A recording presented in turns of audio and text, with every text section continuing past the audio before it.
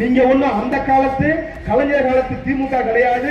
இந்த காலத்து தற்கூரி உதயநிதி அண்ணன் அவருடைய தலைவராக ஏற்றுக்கொண்டு நீங்கள் நடந்து கொண்டீங்க. ஸ்டாலின் கணக்கில் எடுத்துக்கவே கூடாது, அவரை முடிஞ்சு வச்சு.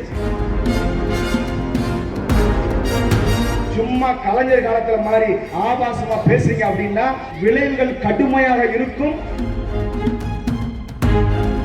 வீட்டுல கண்ணாடி முன்னாடி நின்று முதல்ல ஒரு விஷயம் ஒத்துக்கங்க, நான் தோத்துட்டேன் அப்படிங்கறத ஒத்துக்கங்க. இது ஜனநாயக நாடு. இன்னும் 5 வருஷம் டைம் இருக்கு. நீங்க உள்ளாட்சியில கூட நீங்க போட்டியிடலாம், இல்ல 2029 நாடாளுமன்றத்தில் நீங்க போட்டியிடலாம். முதல்ல நீங்க தோத்ததை ஒத்துக்கொள்ளுங்கள். அதுக்கப்புறம் ஒரு திறமையான எதிர்கட்சியா நடந்துக்கோங்க. எதிரிகளாக நடந்து கொள்ளாதீங்க. உங்களுக்கும் சேர்த்து தான் நாங்கள் ஆட்சியை கொடுக்குறோம். நம்ம என்ன தாவை கக்காக மட்டுமா நம்ம தலைவர் ஆட்சியை கொடுக்குறாரு, ஓட்டு போட்டவர்கள் மட்டுமா ஆட்சியை கொடுக்குறாரு? உங்களுக்கும் சேர்த்து தான் நாங்கள் ஆட்சியை நடத்துகிறோம். ஒரு திறமையான எதிர்கட்சியாக, எதிரிகளாக இல்ல எதிர்கட்சிகளாக இருந்து கொண்டு மக்களுடைய பிரச்சனைகளை எங்கள் சட்டமன்ற உறுப்பினரிடம் கொண்டு வந்து கொடுங்க. ஆக்கப்பூர்வமான ஜனநாயகமான போராட்டங்களை மேற்கொள்ளுங்கள், மனுக்களை கொடுங்க.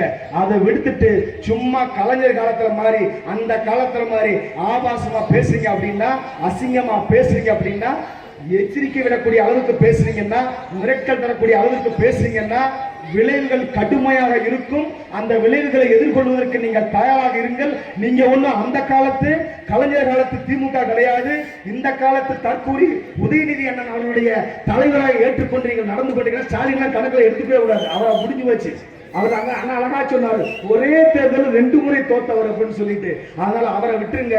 தயவு செய்து ஆக்கப்பூர்வமான எதிர்கட்சியாக செயல்படுங்கள் என்கின்ற ஒரு வேண்டுகோளையும் எச்சரிக்கையும் உங்களுக்கு விடுத்துக்கொண்டு இந்த நல்ல வாய்ப்புக்காக நன்றி கூறி விடைபெறுகிறேன். நன்றி, வணக்கம். வாழ்க தளபதி, வளர்க தமிழக.